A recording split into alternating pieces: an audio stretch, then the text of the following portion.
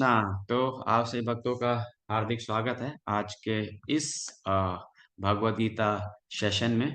तो हम अभी 7वें अध्याय के ऊपर चर्चा कर रहे हैं। अच्छा, मैं एक बात आप लोग से शेयर करना चाह रहा था कि अभी जैसे हम सेशन स्टार्ट करने से पहले ये प्रार्थना पढ़ते हैं ना, आप में से कई भक्तों को ये प्रार्थना आती भी है और कुछ लोग इस प्रार्थना को सीख भी रहे हैं। बेसिकली इसको हम बोलते हैं मंगलाचरण। मंगलाचरण का मतलब है कि हम कोई भी आध्यात्मिक या स्पिरिचुअल कार्य स्टार्ट करते हैं। इनफैक्ट कोई भी कार्य स्टार्ट करते हैं तो हमें ब्लेसिंग की जरूरत होती है ना। हम मतलब जैसे कि ये चर्चा करने जा रहे हैं तो हम गुरु परंपरा से आशीर्वाद की कामना कर रहे हैं, ताकि हमने जैसा उनसे सुना है, समझा है और जैसा हमने भगवत गीता में पढ़ा है हम उसको एज इट इज ही जो है हम दोहरा सके। तो उस आशीर्वाद की कामना के लिए हम जो है इस मंगलाचरण को रिसाइट करते हैं। तो आप सभी भक्त जो है इसको याद कर सकते हैं। जिनके पास अगर कॉपी नहीं है तो आप कॉपी भी मुझसे ले सकते हैं। तो let's start with the 7th chapter. तो हम स्टार्ट करने से पहले एक छोटा सा रिकैप करेंगे कि हमने पिछले सेशंस में हमने क्या जो है हमने समझा। तो आप भक्त लोग जो है अपना अनम्यूट करके जो है पॉइंट शेयर कर सकते हैं। तो सबसे पहले जो है भगवान यहाँ पे अर्जुन को बोल रहे हैं क्या कि मया सक्ता मना पार्थ योगम युजम मद आशय असंचया समग्रमम यथा ज्ञासी तत्शुरु। तो यहाँ पे आप देखिए कि भगवान अर्जुन को सबसे ज्यादा किस पर फोकस करने के लिए बोल रहे हैं? सुनने पे फोकस करने के लिए बोल रहे हैं। तो हमने क्या चर्चा किया था सुनने पर? कोई शेयर करना चाहेंगे अनम्यूट करके? एक पॉइंट सभी लोग अगर जिनको लगता है शेयर कर सकते हैं।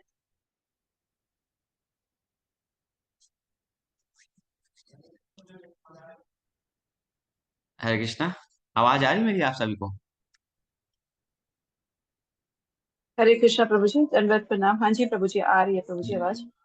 यस। तो अब आप अगर कोई एक एक पॉइंट शेयर करना चाहें, हमने पिछली बार क्या चर्चा किया था?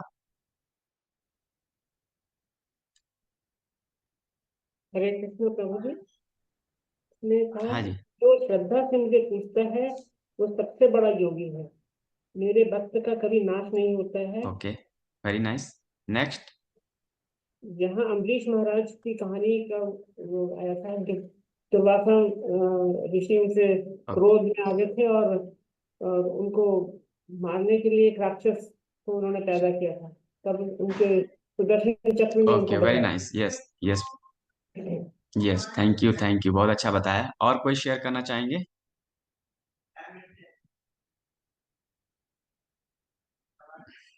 यहाँ पर हमने चर्चा किया था कि कैसे हमारे जीवन में कोई भी ज्ञान सुनने के माध्यम से आता है ना। हम जब तक सुनेंगे नहीं तो वो ज्ञान हमें प्राप्त नहीं होगा। हालांकि हमारी और भी इंद्रियां हैं, हमारी आईज भी है, नोज भी है ना, माउथ भी है, लेकिन सबसे जो पावरफुल जो सेंसेस है, इंद्री है, वो है सुनना। जब हम सो जाते हैं ना तो हमारी सारी इंद्रियां क्या हो जाती है? इनएक्टिव हो जाती है के हिसाब से। लेकिन ईयर कभी इनएक्टिव नहीं होता है। वो इतना पावरफुल है कि सोते समय भी लोगों को वो जो है कोई आवाज आती है तो उसको उनको अलर्ट कर देता है। तो भगवान इसीलिए अर्जुन को कह रहे हैं कि अब आप जो है मैं जो ज्ञान बताने जा रहा हूँ उसको आप ध्यानपूर्वक सुनो, क्योंकि सुनने से ही जो है हम सारा ज्ञान प्राप्त कर सकते हैं।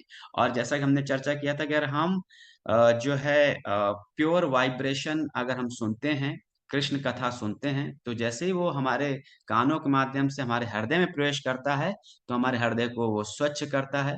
जब वो स्वच्छ होता है तो वो फिर वहां पर भगवान जो है विराजमान हो सकते हैं। और इस तरह से हमारे अंदर जितना भी जो मतलब काम, क्रोध, लोभ, मोह, मत मत्सर, ये सब का जो परत जमा है वो धीरे धीरे क्या होने लगता है? खत्म होने लगता है। और फिर जो है हमारे अंदर जो है जिसके प्रति हम जो कुछ भी हम सुनते हैं उनके प्रति हमारी श्रद्धा विकसित होती है। और हम मतलब उनकी अगर ग्रेटनेस सुनते हैं तो हमारे अंदर उनके प्रति प्रशंसा उत्पन्न होती है। और फिर हम आउट ऑफ एप्रिसिएशन हम जो है उनके प्रति डिवोटेड होते हैं। तो कहने मतलब पूरा जो प्रोसेस है वो स्टार्ट होता है किससे? सुनने मात्र से। तो इसलिए हम सबके लिए बहुत महत्वपूर्ण है यहाँ पर सुनना, ध्यान पूर्वक सुनना। अगर जिसने ध्यान पूर्वक सुना होगा ना वही जो है आगे रिपीट कर पाएगा, वही जो है चर्चा कर पाएगा। अगर हमने ध्यानपूर्वक नहीं सुना होगा तो हमारे लिए बहुत मुश्किल होगा। इसीलिए बताते हैं कि कलयुग में जो है हम और हमारी जो रिमेम्बरेंस की जो पावर है वो बहुत कम होती है। तो बेस्ट पॉइंट ये है कि हम जो सुने उसको हम नोट भी करते हैं। तो हमारा निवेदन है आप सभी भक्तों से कि आप सब लोग जो है एक छोटा सा नोट कॉपी और पेन भी रख सकते हैं, ताकि जो भी पॉइंट्स यहाँ पे इंपॉर्टेंट पॉइंट्स जो है वो आप जो है नोट कर सकते हैं, जो कि आपके लाइफ में जो है ट्रांसफॉर्मेशन ला सकते हैं। फिर उसके बाद हमने दूसरे श्लोक पे हमने चर्चा किया कि किस तरह भगवान अब अर्जुन को ऐसा ज्ञान बता रहे हैं और विज्ञान बता रहे हैं जिसको जानने के बाद कुछ और जानने की जरूरत रहेगी ही नहीं। क्यों ऐसा है? क्योंकि भगवान स्वयं वो ज्ञान अर्जुन को दे रहे हैं। जो टॉप मोस्ट पर्सनालिटी है भगवान कृष्ण, वो स्वयं अर्जुन को ज्ञान दे रहे हैं ना। अब आप में से कोई प्रश्न पूछ सकता है कि हम भगवान से क्यों सुने? क्योंकि भगवान टॉप मोस्ट अथॉरिटी हैं। अगर हमने उनसे सुन लिया तो हमें सारा ज्ञान प्राप्त हो जाएगा, हमें और कुछ जानने की जरूरत होगा नहीं। जैसे कि हम किसी कंट्री में जाते हैं, मान लीजिए हम यूएस में गए, यूएस बहुत बड़ी कंट्री है ना। अब हम उस कंट्री के बारे में जानना है तो हमें एक एक राज्य, एक एक शहर में जाने की जरूरत पड़ सकती है। कैसे वो कंट्री चल रही है, कैसे उसका कंट्रोल हो रहा है, कैसे वहां पे एडमिनिस्ट्रेटिव सिस्टम चल रहा है ना। तो ये सब जानने के लिए हमें बड़ी मेहनत करनी पड़ेगी। तो बेस्ट क्या है, हम वहाँ के जो प्रेसिडेंट हैं उनके साथ हम जो है अपना संपर्क बना लें, उनके साथ मित्रता कर लें, और हम उनसे समझ लें कि ये सिस्टम चल क्या रहा है, कैसे चल रहा है। तो फिर वो आपको अपने कंट्रोल रूम में ले जाएंगे, वहां पे बताएंगे कि ये कंप्यूटर ऐसा है, यहाँ पर ये सिस्टम ऐसा है। तो वो जब नॉलेज दे देंगे तो आपको पूरे यूएस का नॉलेज प्राप्त हो जाएगा कि पूरे यूएस में कंट्रोल कैसे हो रहा है, सिस्टम कैसे चल रहा है। उसी प्रकार से भगवान अगर आपको ज्ञान दे देंगे तो आपको सबको जो है ये पता चल जाएगा कि क्या ज्ञान है, क्या विज्ञान है। इसके बाद आपको और कुछ जानने की आवश्यकता नहीं होगी। फिर हमने ज्ञान विज्ञान पे चर्चा किया था। जो शास्त्रों का नॉलेज है, जो प्रकृति का नॉलेज है ना, आध्यात्मिक नॉलेज, ये ज्ञान है। लेकिन हमारा भगवान से क्या संबंध है, भगवान इस आध्यात्मिक जगत से भौतिक जगत में जब आते हैं तो हमारा उनके साथ क्या रिलेशनशिप और क्या कनेक्शन होता है, उसको हम, उसकी स्वीटनेस को हम जब रियलाइज करते हैं तो वो क्या होता है, वो क्या हो जाता है, विज्ञान। तो इसलिए जो है बहुत इंपॉर्टेंट है कि भगवान यहाँ पे अर्जुन को दोनों ही बातें बता रहे हैं, ज्ञान और विज्ञान। अब तीसरे में हमने चर्चा किया कि कितनी रेयरिटी है इस चीज की कि हम जो है यहाँ पर एक साथ इस प्लेटफॉर्म पे आए हैं, और प्लेटफॉर्म पे आ करके जो है हम जो है भगवान के बारे में चर्चा कर रहे हैं। तो यहाँ पे ऐसे बहुत ही रेयर लोग हैं जो भगवान के द्वारा दिए हुए ज्ञान और विज्ञान के बारे में चर्चा करें। तो भगवान यही बोले कि बहुत ही हजारों मनुष्य में कोई एक ऐसा मनुष्य होता है जो सिद्धि को प्राप्त करता है, कोई ऐसा सिद्धिवान वाला होता है हजारों सिद्धियों में, कोई जो मुझे तत्व से जान सकता है, मेरे ज्ञान और ज्ञान को समझ पाता है। तो हम सब यहाँ पर बहुत फॉर्चुनेट हैं और बहुत ही मतलब रेयर है हम सब कि हमें ये मौका मिल रहा है भगवान के बारे में जानने का यहाँ पर। और फिर ये हमने समझा कि किस तरह से पूरा ब्रह्मांड है, ब्रह्मांड के अंदर जो है एक भारत देश है, भारत देश के अंदर एक राज्य है, राज्य के अंदर अलग अलग शहर है, शहर के अंदर एक घर है, घर के अंदर एक व्यक्ति। मतलब कितनी रेयरिटी है इस चीज की कि हम यहाँ पे घर में बैठे बैठे ऑनलाइन जो है इस भगवान के ज्ञान और विज्ञान को समझने का प्रयास कर रहे हैं। और भगवान ही जो है सभी चीजों के सोर्स हैं ना। हमने चर्चा किया कि किस तरह से भगवान सारी प्रकृति में जितने भी एलिमेंट्स हैं ना, उन सब के सोर्स कौन है, भगवान है। जितने भी देवी देवता हैं, ब्रह्मा विष्णु महेश, उन सब के सोर्स क्या है, भगवान कृष्ण है।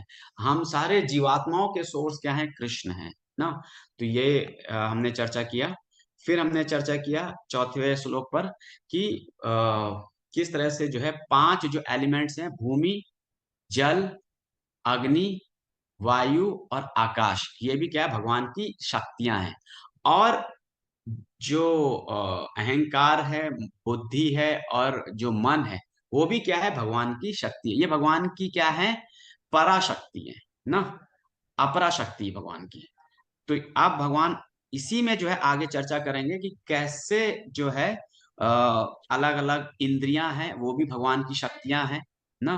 ज्ञान इंद्रियां, कर्म इंद्रियां और अलग अलग जो है सेंस ऑब्जेक्ट्स हैं, रस, स्पर्श, गंध ना, और रूप ना, और ये स्पर्श, ये सारा क्या है, ये भी क्या है, भगवान की शक्तियां हैं। और फिर हमने देखा किस तरह से भगवान जो है इस यूनिवर्स, इस ब्रह्मांड का जो है तीन अलग अलग विष्णु के माध्यम से, पहला हमने पढ़ा महाविष्णु, दूसरा पढ़ा गर्भोदक्षाई विष्णु, तीसरा तीसरा हमने पढ़ा था क्षीरोदक्षाई विष्णु।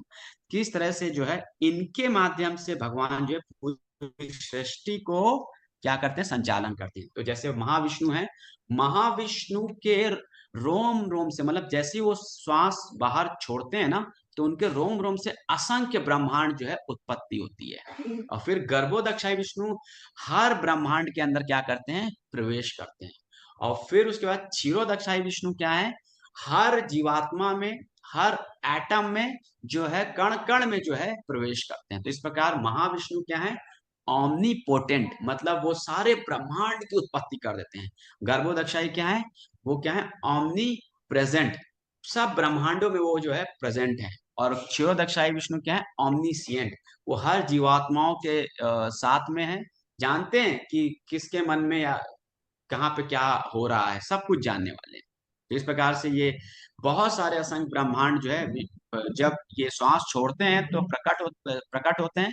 और जब ये श्वास अंदर लेते हैं, जब ब्रह्मा जी की 100 साल की आयु हो जाती है, पूरी सृष्टि का जब विनाश होता है, तब ये सारे ब्रह्मांड जो है उनके अंदर जो है समाहित हो जाते हैं। इस प्रकार से भगवान क्रिएटर भी हैं और मेंटेनर भी हैं और डिस्ट्रॉयर भी है। इस तरह से हमने देखा जैसे कि ये गर्भोदक्षाई विष्णु हैं, जिनके नाभि कमल से क्या है, ब्रह्मा जी की उत्पत्ति होती है। और सबसे ऊपर का लोक होता है ब्रह्मलोक। फिर उसके बाद 7वें नंबर पे आता है भूलोक, जिसपे हम लोग हैं। और फिर नीचे जो है 6 लोक और हैं ना, वो है पाताल लोक, नीचे के लोग हैं। तो इस प्रकार से 14 ये लोक हैं जो गर्भोदक्षाई विष्णु के नाभि कमल से उत्पन्न होते हैं। ये सारा का सारा भौतिक जगत है, मतलब ब्रह्मा जी से लेकर के घास के तिनके तक का सब जो है भौतिक जगत में है, सब भगवान की सृष्टि में आते हैं। ये क्षीरोदक्षाई विष्णु है, हर जीवात्मा में, हर कण कण में जो है परमात्मा के रूप में विद्यमान है। फिर ब्रह्मा जी को, जो कि भगवान के नाभि कमल से उत्पन्न होते हैं, सबसे पहले ज्ञान भगवान ने ब्रह्मा जी को दिया, फिर ब्रह्मा जी से नारद मुनि, नारद मुनि से व्यास देव। इस तरह से गुरु परंपरा के माध्यम से हमें पूरा ज्ञान प्राप्त हो। हमें जो भगवत गीता जो हम चर्चा कर रहे हैं, ये भी हम जो है गुरु परंपरा के माध्यम से जो है हम संपूर्ण ज्ञान को हम चर्चा कर रहे हैं। अब यहाँ से हम फर्दर हम डिस्कशन करते हैं। तो हमने अभी तक चर्चा किया कि भगवान ने किस तरह से जो है अपनी परा अपरा शक्ति के बारे में भगवान ने बताया, जिसमें पूरा जितना भौतिक जगत है उसके बारे में बताया था भगवान ने। तो अब ये यहाँ से हम आज की चर्चा से शुरुआत करते हैं। अप्रयम इतस्त अन्य प्रकृति विधि में पराम जीभूता महाबाहो या इदम धारते जगत। कोई ट्रांसलेशन पढ़ना चाहेंगे?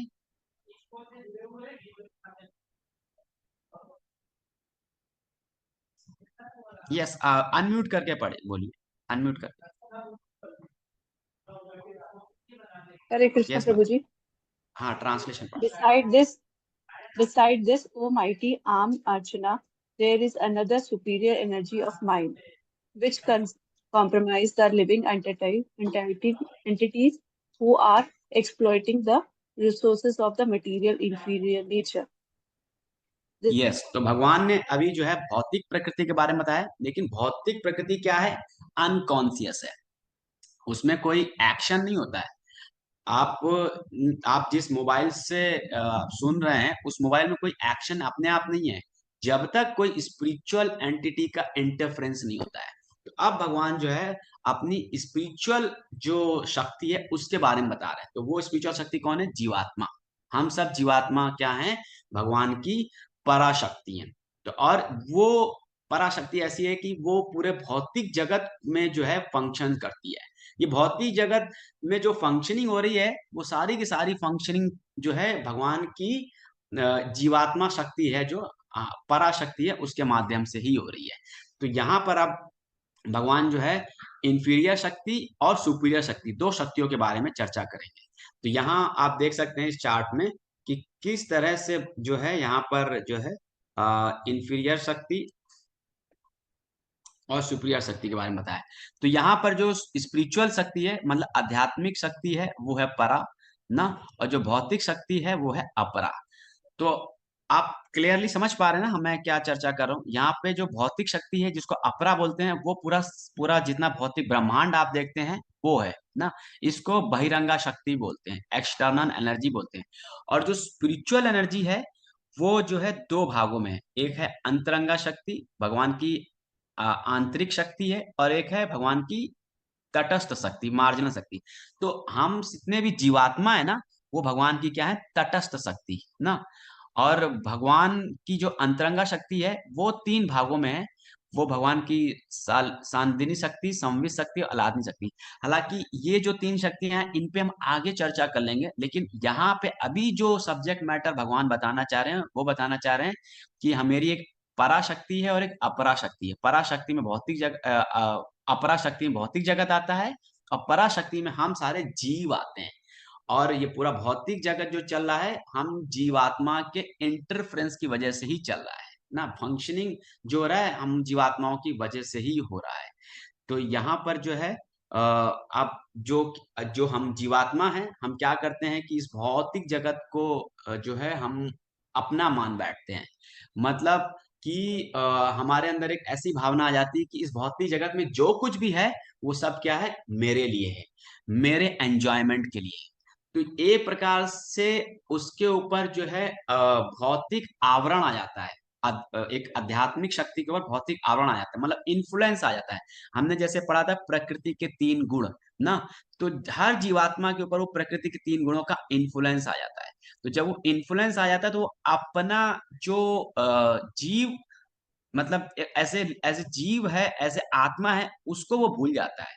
और वो क्या समझ बैठता है अपने आप को, शरीर। और जब वो शरीर समझता है तो फिर वो क्या करता है, शरीर के आनंद के लिए जितनी वस्तुएं अवेलेबल है उसको वो भोग करने की कोशिश करता है। वो सब की सब चीजों को क्या करता है, शरीर के आनंद को पहुंचाने के लगता है।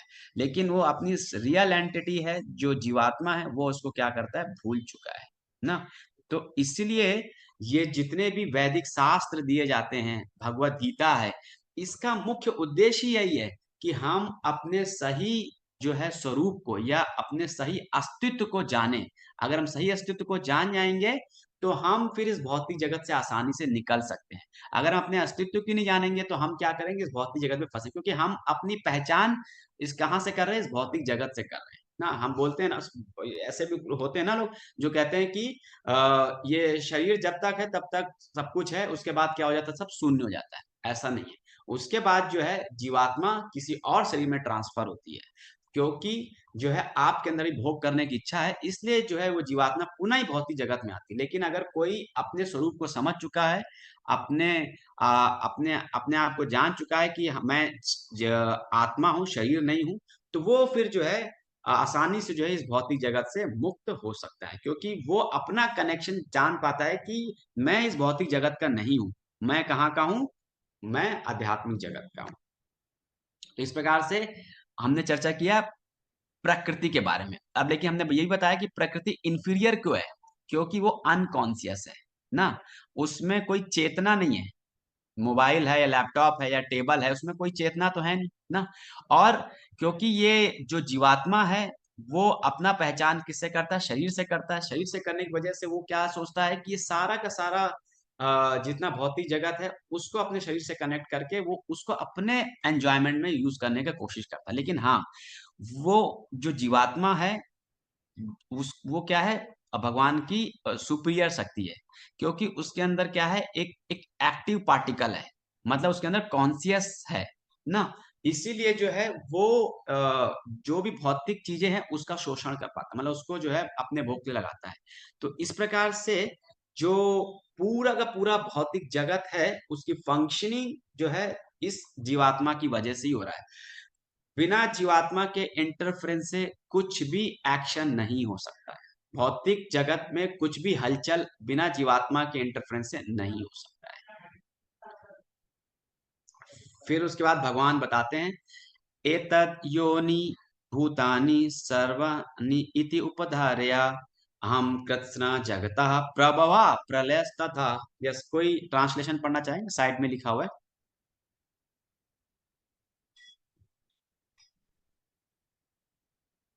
यस, कोई भी पढ़ सकता है अनम्यूट करके।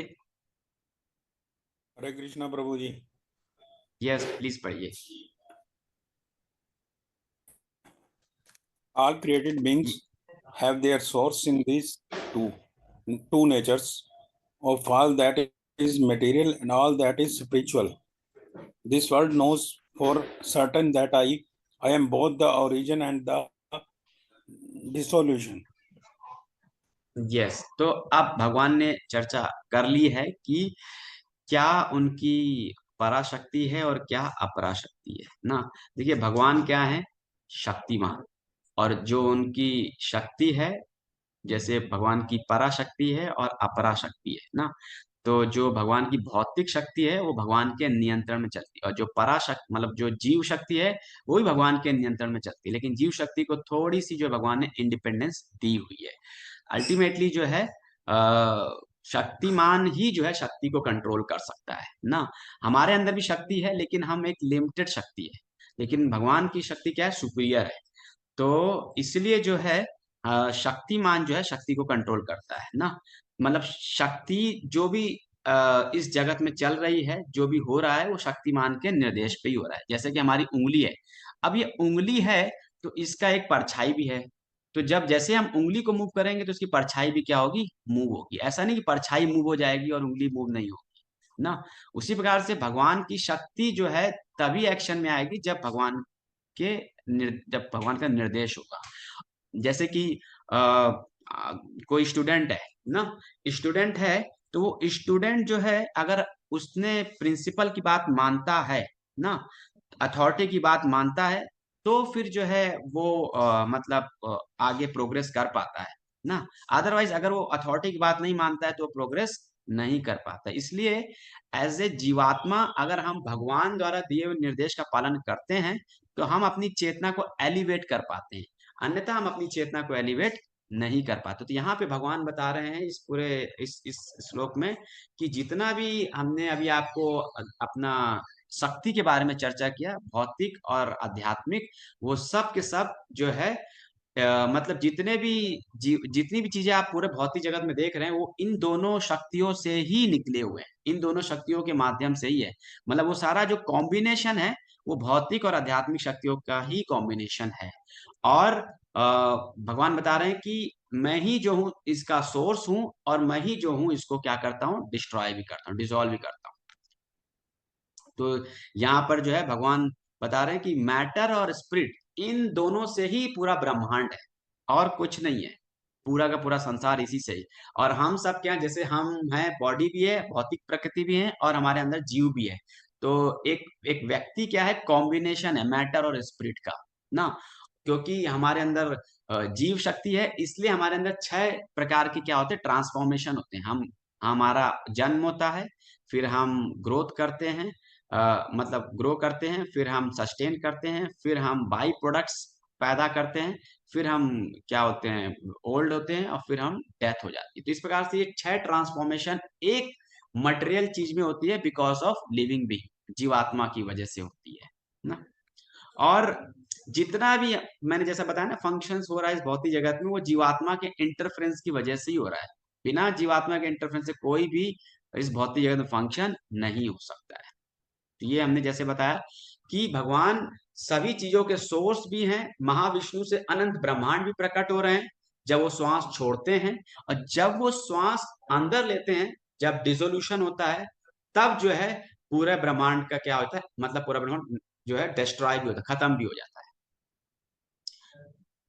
यस, मता परतरम नान्यत् किंचित अस्ति धनंजरा, मयि सर्वम इदं प्रोतम सूत्रे मणिगढ़ इव। यस, कोई ट्रांसलेशन पढ़ना चाहेंगे? आपके बिल्कुल राइट कॉर्नर पे है।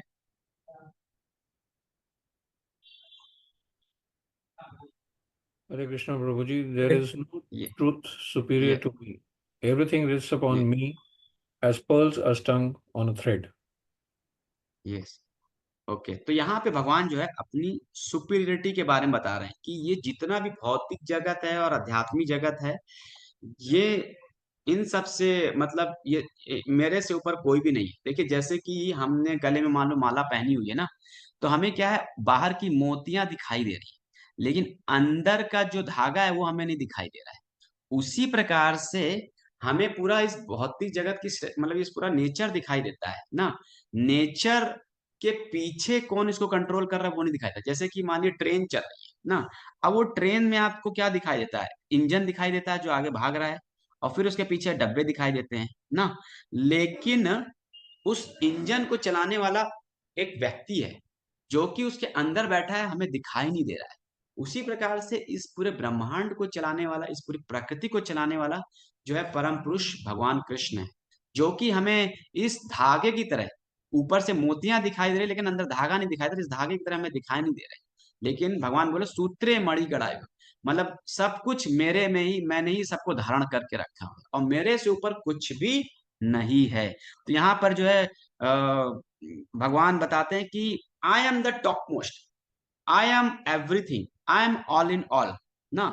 जैसे कि अर्जुन भी जो है आगे 10वें अध्याय में बताएंगे, परम ब्रह्मम परम धामम पवित्रम परमम भवम। अर्जुन भी इस चीज को डिक्लेयर करेंगे, हे भगवान आप ब्रह्मन नहीं है, क्या है, परम ब्रह्म है।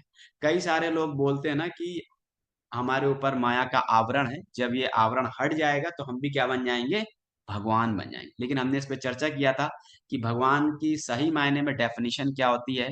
सही मायने में तत्व से हमने जाना था कि भगवान है क्या ना। भगवान 3 महीने के बालक भी हैं तो भगवान है, 3 साल के भी भगवान है ना। तो पॉइंट ये है कि भगवान यहाँ पे अपनी सर्वोच्चता को स्थापित कर रहे हैं।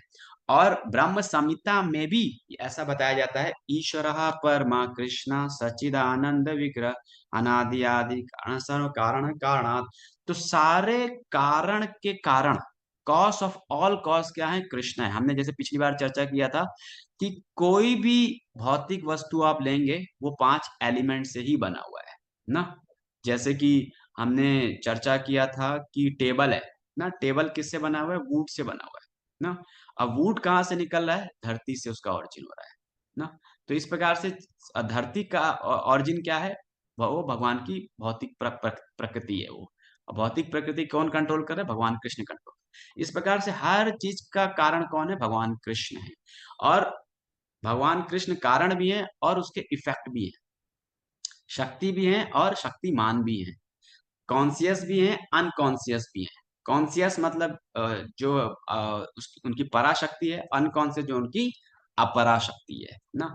तो इस प्रकार से जो भगवान है यहाँ पे विशेष तौर से जो यही बताने का प्रयास कर रहे हैं कि जो मतलब भगवान कृष्ण है वो ही सर्वोच्च सर्वा है ना।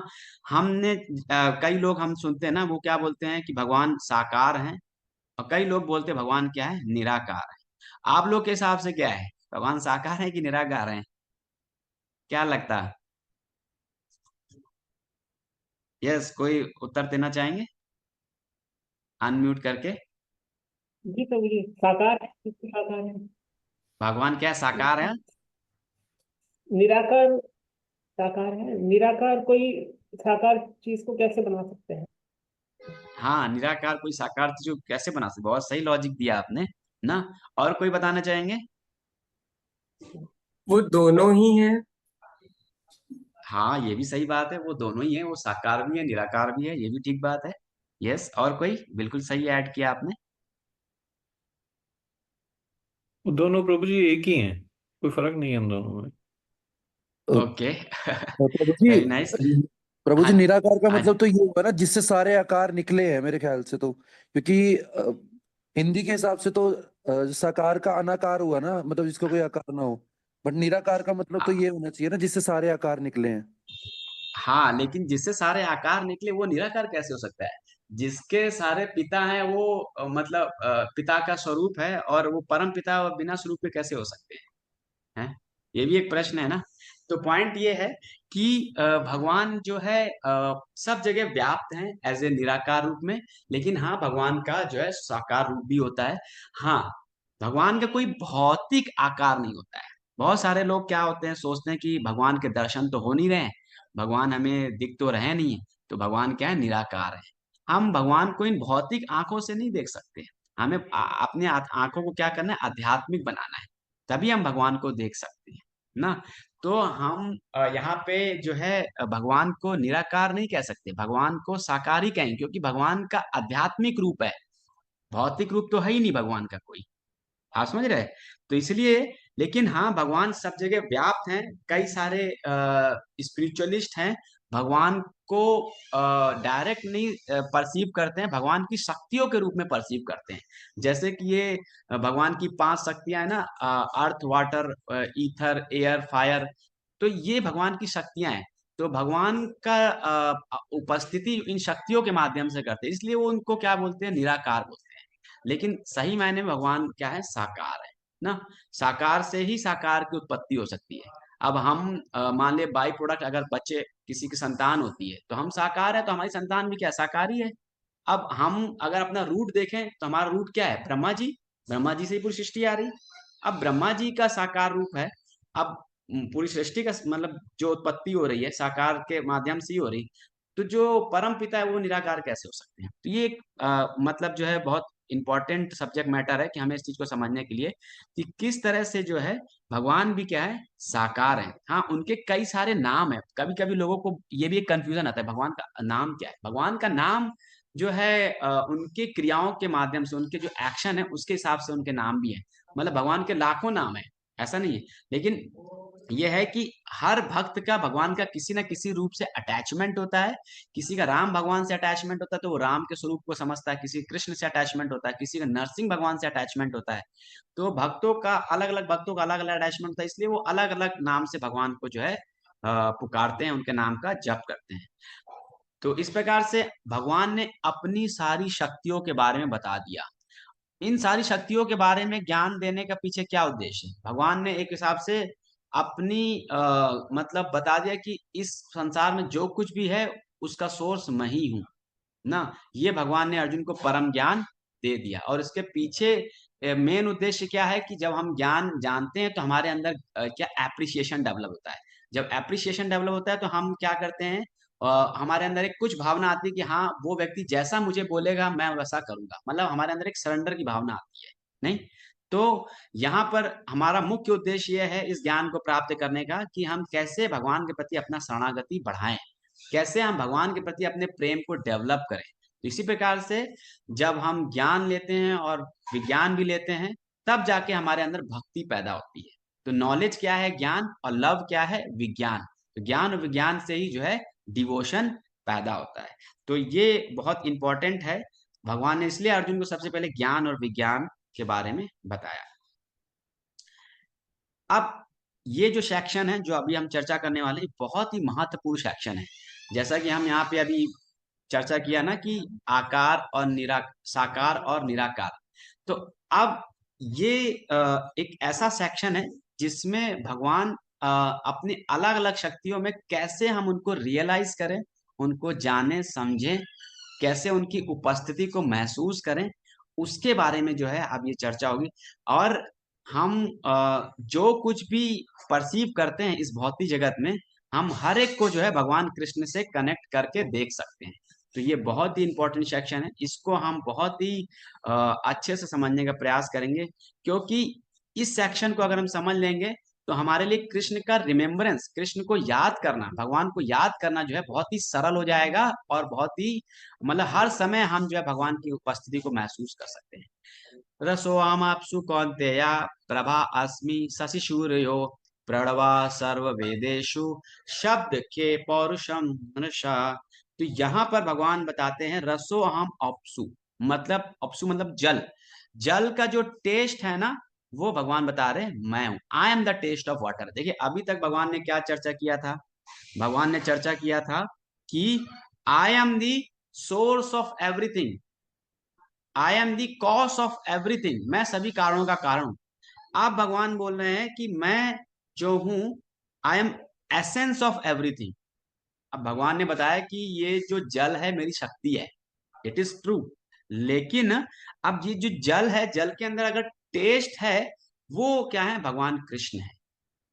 अगर टेस्ट नहीं होगा तो फिर हम जो है उस वाटर को हम शायद अपनी प्यास बुझाने के लिए हम यूज नहीं कर पाएंगे। तो जो टेस्ट है भगवान कह रहे वो मैं हूँ ना। जैसे कि अभी हमारे जीवन में भी अगर आप ध्यान से देखें तो इस जो जल है इसका बहुत यूटिलिटी है, एक प्रकार से बहुत ही इंपॉर्टेंट इंग्रेडिएंट है ना जल। अगर जैसे समुद्र का पानी है, अब समुद्र का पानी हम प्राय अपने दैनिक जीवन में उपयोग नहीं लेके आ पाते हैं, क्यों? क्योंकि उसके अंदर सॉल्ट है, उसके अंदर मतलब वो क्वालिटी नहीं है जो कि हमारी प्यास को बुझा सके। अब एक किसान है, बहुत मेहनत कर रहा है खेत के ऊपर ना, और उसने 3-4 घंटे मेहनत किया, पसीना बहाया, तो अब उसको क्या है, प्यास लगी है। अगर उसको कुछ खाने को देंगे तो शायद वो उसको संतुष्ट नहीं कर पाएगा। अल्टीमेटली संतुष्ट कैसे होगी उसकी, जब वो पानी पिएगा, और वो पानी पिएगा जिसमें जो है पानी का स्वाद होगा ना, तो वो जो है उसके प्यास को मिटा पाएगा। जैसे कि जैसे ये आरओ वाटर होता है ना, अगर आप टेस्ट की बात करो तो आरओ वाटर बट क्या करता है, सारे एलिमेंट्स को खींच के निकाल देता है, उसमें इतना टेस्ट नहीं होता। लेकिन जो नेचुरल वाटर होता है, जो कि नेचुरल सोर्स से आया हुआ है, उसमें एक अलग टेस्ट होता है, that taste it's Krishna actually. तो अगर हम जब भी पानी पिए, बिल्कुल ना, जैसे निर्जला एकादशी आता है, निर्जला एकादशी में क्या होता है, भक्त लोग जो है पूरे दिन जो है बिना कुछ खाए बिना कुछ पिए व्रत रखते हैं, और अगले दिन जब वो व्रत खोलते हैं तो उस समय जो उनके अंदर मतलब उन पानी को लेकर के जो उनके अंदर एप्रिसिएशन होता है, मतलब वो जो पानी होता है वो उनका जो है सही मायने में प्यास बुझा पाता है, तब उनको लगता है दिस इज कृष्णा। तो इस प्रकार से हम जब हम पानी का टेस्ट लेते हैं, पानी को पीते हैं, तब हम उसके जो है जो टेस्ट है उसके माध्यम से हम समझ पाएंगे कि ये क्या है, कृष्ण है। और वैसे भी पानी का हमारे जीवन में बहुत, हम जब भी कोई हम प्रसाद बनाते हैं या कुकिंग करते हैं ना, राइस बनाते हैं, सांभर बनाते हैं, दाल बनाते हैं, तो हमें पानी की जरूरत पड़ती है। वॉशिंग करते हैं, क्लीनिंग करते हैं, तो हमें पानी की जरूरत पड़ती है। तो this is very important ingredient. फिर उसके बाद आता है प्रभा अस्मि शशि सूर्यो। शशि और सूर्यो मतलब चंद्रमा और सूर्य का जो तेज है ना, वो भगवान बोलते हैं वो मैं हूं। अगर मान लीजिए सूर्य है, सूर्य के अंदर अगर प्रकाश नहीं हुआ तो फिर हम अंधकार में जी के क्या करेंगे, हमारा क्या मतलब जीवन जीने का एक मोटिव रह जाएगा ना। हाँ, वो एक अलग बात है कि अभी हमने साइंटिफिक एडवांसमेंट में जो है हमने बहुत सारे ट्यूबलाइट्स बल्ब की उत्पत्ति कर ली, लेकिन जो ये सूर्य है, सूर्य हमें इतना प्रकाश देता है, और इन सब के बावजूद भी हमसे कोई बिल चार्ज नहीं करते हैं। हम देखो, इलेक्ट्रिसिटी हम यूज करते हैं तो हमें क्या इलेक्ट्रिसिटी का बिल भरना पड़ता है, लेकिन सूर्य के साथ ऐसा नहीं है। और ये जो सूर्य है एक अपने आप में बहुत बड़ा प्लैनेट है ना, और बहुत मतलब इतना बड़ा प्लैनेट है कि इसके अंदर कई सारे अर्थली प्लैनेट जो है समाहित हो सकते हैं। तो आप ये समझिए कि इतना बड़ा प्लैनेट, और वो बहुत तेज गति से मूव हो रहा है, तो इन सब के पीछे कौन है? भगवान कृष्ण है, उनकी शक्ति से ही सारा चीज चल रहा है एक्चुअली में। और मैं आप लोगों से एक छोटा सा एक्सरसाइज करना चाहता हूँ। आप लोग 1 मिनट के लिए सोचें कि हमारे दैनिक जीवन में अगर सूर्य का प्रकाश ना हो तो हमारे जीवन में क्या फर्क पड़ेगा। कुछ लोग बोल सकते हैं कि हमारे पास रोशनी तो आ ही रही है, उससे हमें क्या फर्क पड़ सकता है। लेकिन मैं चाहता हूँ आप लोग 1 मिनट के लिए सोचें, और कुछ मतलब कोई भी जो है हैंड रेस करके मतलब पार्टिसिपेट कर सकते हैं कि क्या हमारे जीवन में सूर्य का और चंद्रमा का जो है योगदान है। जस्ट 1 मिनट के लिए सोचिएगा।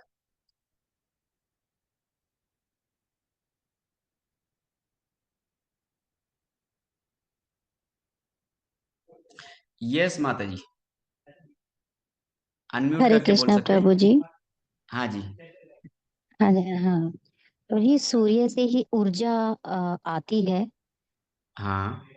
हाँ जी, उसी से ही सब जगह रोशनी है, नहीं तो अंधकार हो जाएगा, नहीं तो बहुत जगह बर्फ हो जाएगी, ठंड हो जाएगा। सब के अंदर ऊर्जा का स्रोत ही सूर्य है, हर यस। यस। चीज में। यस, थैंक यू माता जी। यस, प्रेरणा माता जी। हरे कृष्णा प्रभु जी। यस जो माता जी। सूर्य है, अगर सूर्य की वो शक्ति नहीं होगी हमारे यहाँ पर, तो जो बादल नहीं बनेंगे, बादल नहीं बनेंगे तो वर्षा नहीं होगी, तो पानी ही नहीं मिलेगा हमको। तो इसलिए सूर्य यस। बहुत इम्पोर्टेंट है। और चंद्रमा यस। इसलिए इम्पोर्टेंट है क्योंकि चंद्रमा की रोशनी से सारे सब्जी और फ्रूट में टेस्ट आता है। अगर यस। यस, तो टेस्टलेस हो जाएगा। True true. यस, ऑन और कोई शेयर करना चाहेंगे?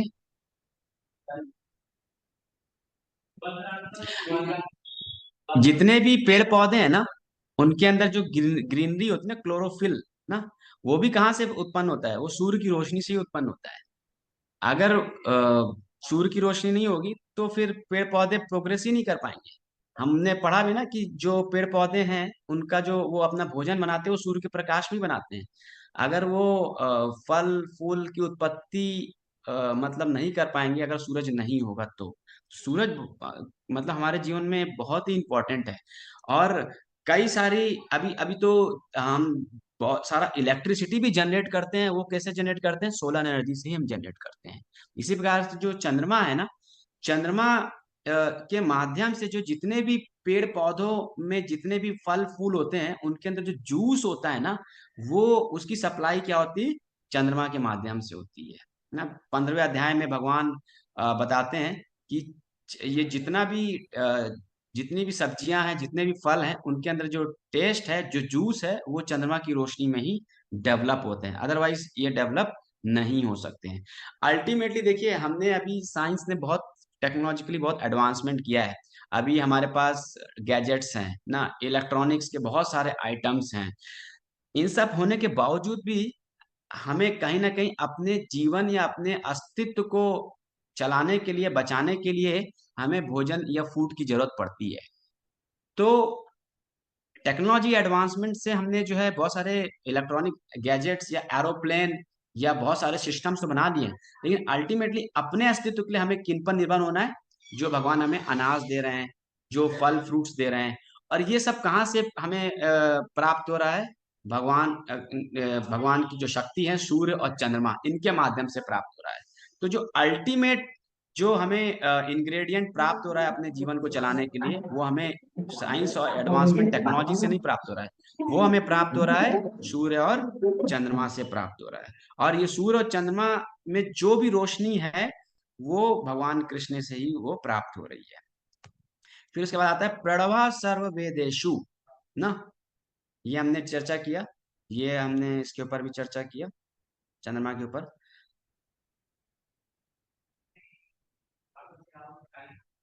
ये भी हमने चर्चा किया किस प्रकार से जितने भी फल फ्रूट्स हैं उनके अंदर जो जूस है वो चंद्रमा के माध्यम से ही प्राप्त होते हैं। जितने भी हमारे जीवन को चलाने के लिए जितने इंग्रेडिएंट्स हैं, फल फ्रूट्स, वो भी हमें जो है सूर्य और चंद्रमा के माध्यम से ही प्राप्त होते हैं। अगर ये नहीं होगा तो हम इलेक्ट्रॉनिक गैजेट्स या साइंटिफिक एडवांसमेंट्स का हमारा कोई यूटिलिटी नहीं है हमारे जीवन में। अब ये यहाँ पर जो है भगवान जो है बता रहे हैं कि जितने भी वैदिक मंत्र हैं उसमें जो है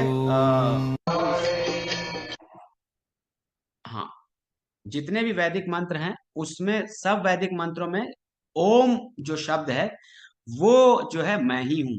हालांकि हम वैदिक शास्त्रों में देखते हैं बहुत सारे अलग अलग मंत्र हैं, लेकिन सारे मंत्र की शुरुआत कहाँ से होती है? ओम से। जैसे हम कभी कोई सुनते हैं ना, ओम नमो भगवते वासुदेवाय, तो ये जो ओम नमो भगवते वासुदेवाय ये भी एक मंत्र है और इसकी शुरुआत भी किससे हो रही है? ओम से हो रही है। ओम बेसिकली जो है भगवान का एक जो है मतलब एक रिप्रेजेंटेशन है ना। और जो ओम नमो, नमो का मतलब क्या है? हम भगवान को प्रणाम कर रहे हैं। भगवते वासुदेवाय, वासुदेवाय कौन है? भगवान स्वयं कृष्ण है।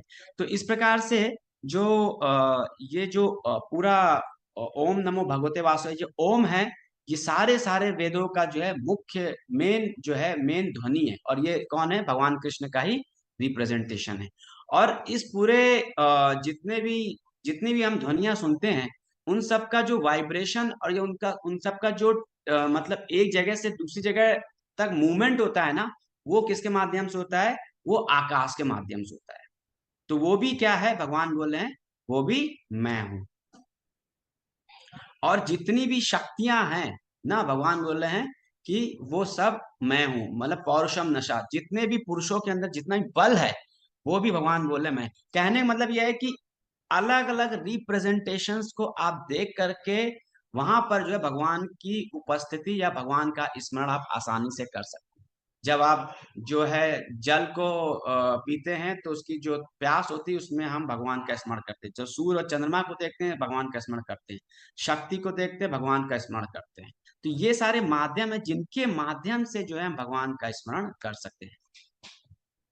तो इस प्रकार से जो है यहाँ पर भगवान बता रहे हैं कि कैसे जितना भी प्रयास होता है ना, ये हम ये नेक्स्ट श्लोक में आएंगे। हाँ यस, ये जो 9वां श्लोक है इसमें भी जो है भगवान बता रहे पुण्यो गंध पृथ्वीव्यम चा तेजस चास्मि विभावसो जीवनम सर्वभूतेषु तपश्चास्मि तपस्विसो। तो यहाँ पर बता रहे हैं कि जितना भी इस पृथ्वी के माध्यम से जो भी पेड़ पौधे होते हैं, जो भी फल फूल होते हैं, उनकी जो सुगंध है वो सब कहाँ से है? पृथ्वी के माध्यम से ही है ना। तो वो सारा का सारा सुगंध कहाँ से उत्पन्न होता है? पृथ्वी के माध्यम से होता है, क्योंकि जो है ये जो भी गंध है उसका सोर्स क्या है? पृथ्वी है। उस पृथ्वी से ही जो है जितने भी फूल होते हैं उनके अंदर जो है सुगंध जाती है। और जितना भी ये जो आप अग्नि देख रहे हैं ना, अग्नि तो भगवान का रिप्रेजेंटेशन नहीं है, लेकिन जो उसका एसेंस है तेज, वो भी भगवान का रिप्रेजेंटेशन। तो कहने मतलब यह है कि अगर अग्नि के अंदर तेज नहीं होगा ना तो हम भोजन नहीं पका सकते। अग्नि अगर तेज ना हो तो हम जो है क्या है, फैक्ट्रीज वगैरह जो है इतनी बड़ी बड़ी वो नहीं चल सकती। तो ये जो तेज है ना, ये जो है ये एसेंस है, इसकी ही इंपॉर्टेंस है। और ये ही एसेंस क्या है? भगवान भगवान का क्या है? रिप्रेजेंटेशन है। तो अभी आजकल जो है बहुत सारे मतलब जो है हमें नेचुरल फ्रेग्रेंस भी होते हैं, बहुत सारे अननेचुरल फ्रेग्रेंस भी होते हैं। तो ये जितने भी नेचुरल फ्रेग्रेंस है वो सारे के सारे कहाँ से आ रहे हैं? वो सब पृथ्वी से ही आ रहे हैं। और फिर उसके बाद भगवान बोलते हैं तेजस चास्मी विभासु, जो हमने बताया कि जो अग्नि का तेज है वो कौन है? भगवान कृष्ण है। जीवनम सर्वभूतेषु, जितने भी जीवात्मा है इस पूरे ब्रह्मांड के अंदर, उनके अंदर जो जीवन है वो भी क्या है? स्वयं भगवान कृष्ण है।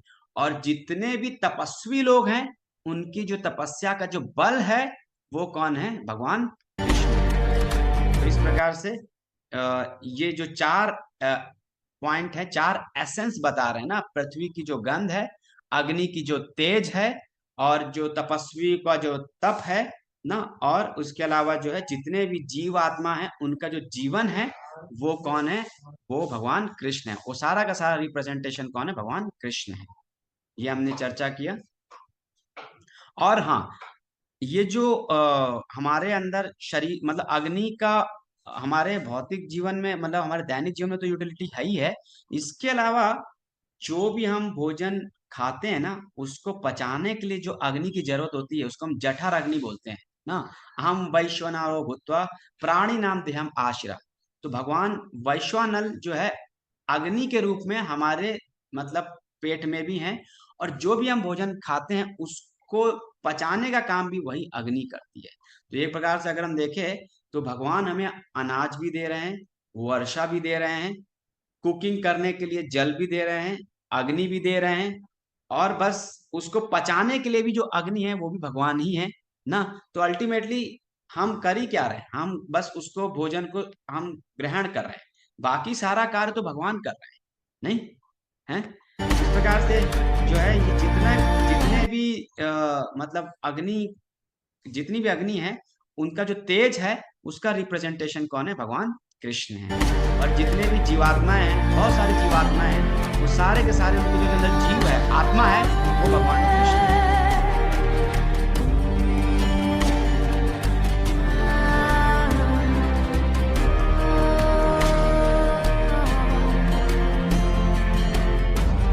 तो ऐसे अनंत जीव हैं,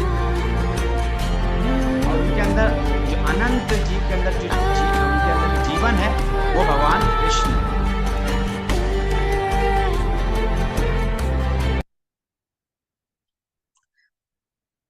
तपस्वियों के अंदर जो तप है वो भगवान कृष्ण है।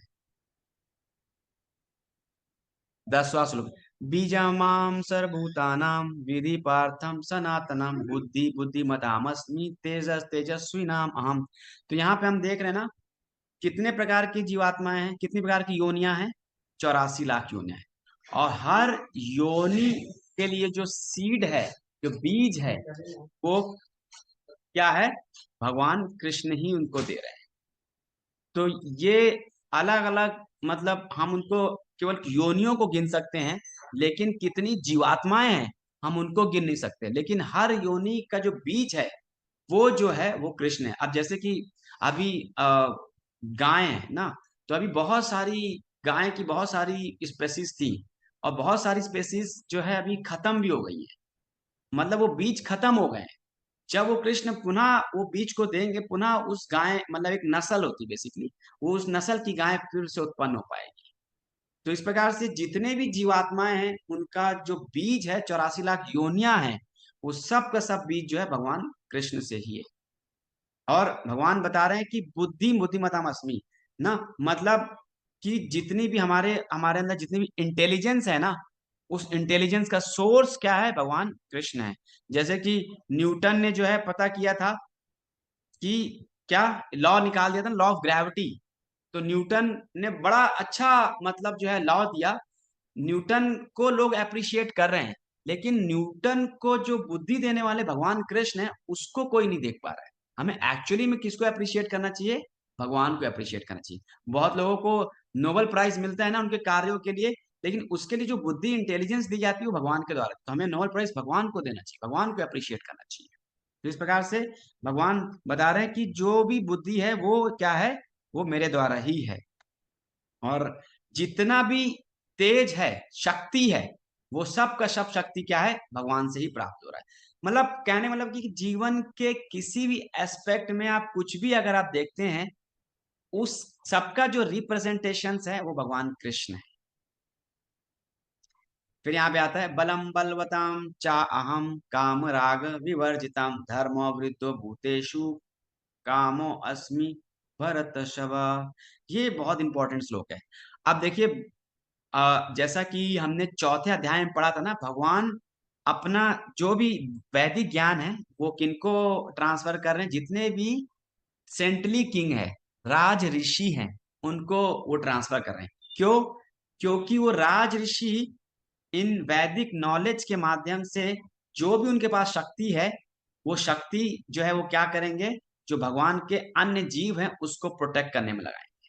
कहने मतलब यह है कि भगवान ने 4 वर्ण बनाए हैं ना, क्या बनाए, ब्राह्मण, क्षत्रिय, वैश्य और शूद्र। तो जो राजा होते थे पहले वो क्षत्रिय स्वभाव के होते थे, लेकिन उनको गाइडेंस किनसे मिलती थी, ब्राह्मण से, इसलिए उनको राजऋषि कहते थे। इसीलिए वो जो भी उनको भगवान शक्ति देते थे उसको किस में यूटिलाइज करते थे, वो यूटिलाइज करते थे वो प्रजा की रक्षा करने के लिए, जीवों की रक्षा करने के लिए। पहले ऐसा नहीं होता था कि केवल इंसान ही उनकी प्रजा होती थी, हर जीवात्मा ही उनकी प्रजा होती थी ना, चाहे वो किसी भी योनि में क्यों ना हो। तो इस प्रकार से जो है जो भी मतलब जो भी बल है, शक्ति है, जो प्रजा की रक्षा करने के लिए, वो कहाँ से प्राप्त हो रही है, वो भगवान कृष्ण पर। लेकिन हाँ, एक पॉइंट बड़ा इंपॉर्टेंट, काम राग विवर्जिता। काम राग मतलब हमारे अंदर जो अटैचमेंट है, जो लस्ट है, उससे रहित होंगे तभी हम जो है दूसरों के रक्षा के बारे में, दूसरों के कल्याण के बारे में सोच पाएंगे, अन्यथा हम उसके बारे में कभी नहीं सोच पाएंगे। इसलिए ये बड़ा इंपॉर्टेंट है, काम राग विवर्जिता। फिर आता है धर्मो अविरुद्धो भूतेषु कामो अस्मि भरत। तो हम यहाँ पे देख रहे हैं कि एक पति पत्नी जो है जब विवाह करते हैं, तो विवाह के बाद जब जो है भगवान यहाँ बता रहे हैं कि जब संतान की उत्पत्ति करते हैं, लेकिन जब वो धर्म के अनुसार जब संतान की उत्पत्ति करते हैं, तो वो जो काम है वो मैं हूँ। लेकिन हम में से बहुत सारे लोगों को वैदिक नॉलेज के बारे में पता नहीं है कि हमें कैसे जो है धर्म के अनुसार जो है संतान की उत्पत्ति करना है। तभी जो भी संतान उत्पत्ति होगी वो क्या होगी, एक दैवी होगी, अन्यथा जो भी संतान उत्पत्ति होगी वो क्या होगी, आसुरी होगी। तो इसलिए बहुत इंपॉर्टेंट है कि हम जो है वर्ण आश्रम सिस्टम को फॉलो करते हुए और धर्म के अनुसार ही जो है हम संतान की उत्पत्ति करें। अन्यथा वो जो संतान होगी वो जो सोसाइटी में क्या है, केवल उत्पाद पैदा करेगी। हम आजकल देख भी रहे हैं कि लोग जो है इस धर्म के सिस्टम को फॉलो नहीं करते हैं, इसलिए जो भी संतानें हैं वो सब क्या है, एक प्रकार से आसुरी मेंटेलिटी की हो रही है। हम देखते हैं कि छोटे छोटे बच्चे भी जो है गलत कार्यों में लग रहे हैं। क्यों? क्योंकि उनको किसी प्रकार का कोई संस्कार नहीं दिया गया, और जब उनकी उत्पत्ति हुई है तो वो धर्म के अनुसार नहीं हुई है। तो इसीलिए भगवान बोलते हैं जो धर्म के अनुसार संतान की उत्पत्ति होती है वो काम जो है वो मैं हूं। तो यहाँ पर जो है ये हमें मतलब भगवान बता रहे कि किस तरह से जो है आप हर चीज में, आप कोई भी कार्य कर रहे हैं या कोई भी शक्ति को देख रहे हैं, कैसे आप हर चीज को भगवान कृष्ण से संबंधित देख सकते हैं। अल्टीमेटली उद्देश्य क्या है? उद्देश्य यही है कि कैसे हम अपना कनेक्शन ज्यादा से ज्यादा भगवान से बनाएं, हर चीज में हम भगवान का स्मरण करें। अल्टीमेटली गोल यही है। अर्जुन को पूरा ज्ञान और विज्ञान समझाने के पीछे यही गोल है। और फिर भगवान हर चीज में अपना एसेंस इसीलिए बता रहे हैं ताकि जो है आप उस एसेंस को देखें, समझें और उससे जो है मुझे स्मरण करें। तो ये मेन पॉइंट है इस पूरे सेक्शन का ना। और फिर भगवान बताते हैं कि हमने अभी जितना भी चर्चा किया है, ये चैव सात्विका भावा रजस तमश्चा ये मत्ताय विधि तान विधि ना तो हम तेषु ते मई। तो यहाँ पे भगवान बता रहे हैं कि अभी तक जो भी हमने चर्चा किया वो सब क्या है, प्रकृति के 3 गुणों के अंतर्गत है। मतलब आप मतलब जो भी भगवान की शक्तियां हैं या जो कुछ भी एक्शन है वो सब जो है प्रकृति के 3 गुणों के अंतर्गत है। और भगवान ये कह रहे हैं लेकिन मैं ना तो हम तेषु ते मही, लेकिन मैं प्रकृति के 3 गुणों में नहीं हूं। देखिए भगवान भौतिक जगत में आते जरूर हैं, लेकिन उनका स्वरूप हमेशा आध्यात्मिक ही रहता है, वो भौतिक स्वरूप में नहीं आते हैं ना। और जैसे कि एक राजा है, राजा जब जेल में जाता है ना, तो इसका मतलब ये नहीं है कि राजा के ऊपर वो जेल के नियम लगते हैं, ऐसा नहीं होता है। राजा के ऊपर कभी भी जेल के नियम लग पाते हैं। इस प्रकार से भगवान जब भौतिक जगत में आते हैं तो भगवान जो है प्रकृति के 3 गुणों से बंधे नहीं होते हैं। तो इस जैसे कि एक मकड़ी होती है ना, तो मकड़ी क्या होती है, मकड़ी पूरा जाला बनाती है ना, क्योंकि मकड़ी ने ही उस जाले को संरचना की है। हाँ, कोई छोटा सा पतंगा या छोटा सा कीड़ा आएगा वो उस जाल के अंदर फंस जाएगा, लेकिन मकड़ी के लिए वो जाला के कोई प्रभाव नहीं है। उसी प्रकार से भगवान है, भगवान ने प्रकृति के 3 गुण बनाए हैं, इसकी रचना की है, लेकिन भगवान जो है इस प्रकृति के 3 गुणों के प्रभाव में नहीं आते हैं। तो इस प्रकार से भगवान अर्जुन को जो है ये ज्ञान बता रहे हैं और ये भी समझा रहे हैं कि प्रकृति के 3 गुण हैं, वो केवल केवल जो है जीवात्माओं के लिए हैं, जो कि अपने आप को मतलब शरीर के रूप में मान बैठते हैं। हर चीज की पहचान वो शरीर से करते हैं, इसीलिए वो जो है प्रकृति के 3 गुणों में बने हैं। तभी जो है ये पूरा ज्ञान है जिससे कि वो अपने आप को, अपनी चेतना को एलिवेट कर पाए और जो है ये समझ पाए कि मैं शरीर नहीं हूं, मैं क्या हूं, आत्मा हूं। और मेरा कनेक्शन इस भौतिक जगत से नहीं है। हम प्राय भौतिक जगत को क्या है, हर चीज को क्या करना चाहते हैं, हम अपने शरीर से जोड़ना चाहते हैं और अपने शरीर के आनंद के लिए उसको भोग करना चाहते हैं। तो हमें ये समझना है कि ये भौतिक जगत से हमारा कनेक्शन नहीं, हमारा कनेक्शन किससे है, भगवान कृष्ण से है। तो इस प्रकार से जो है अभी हम आज मतलब इस पर ही चर्चा यहीं पे विराम देंगे, क्योंकि आगे जो है दूसरा सेक्शन स्टार्ट होगा। तो यहाँ पर जो है भगवान ने अर्जुन को जो है ज्ञान के बारे में समझाया कि क्या परा प्रकृति है, क्या अपरा प्रकृति है ना। हम सब क्या है, परा प्रकृति हैं, और जो भौतिक जगत है वो क्या है, अपरा प्रकृति है। तो आप में से किसी का कोई प्रश्न है, क्योंकि ये पूरा ज्ञान का सेक्शन है, तो किसी को हो सकता है कोई डाउट हो या किसी की कुछ अगर कुछ कमेंट्स हो या कुछ पॉइंट्स लग रहा हो तो शेयर कर सकते हैं। यस, आप हैंड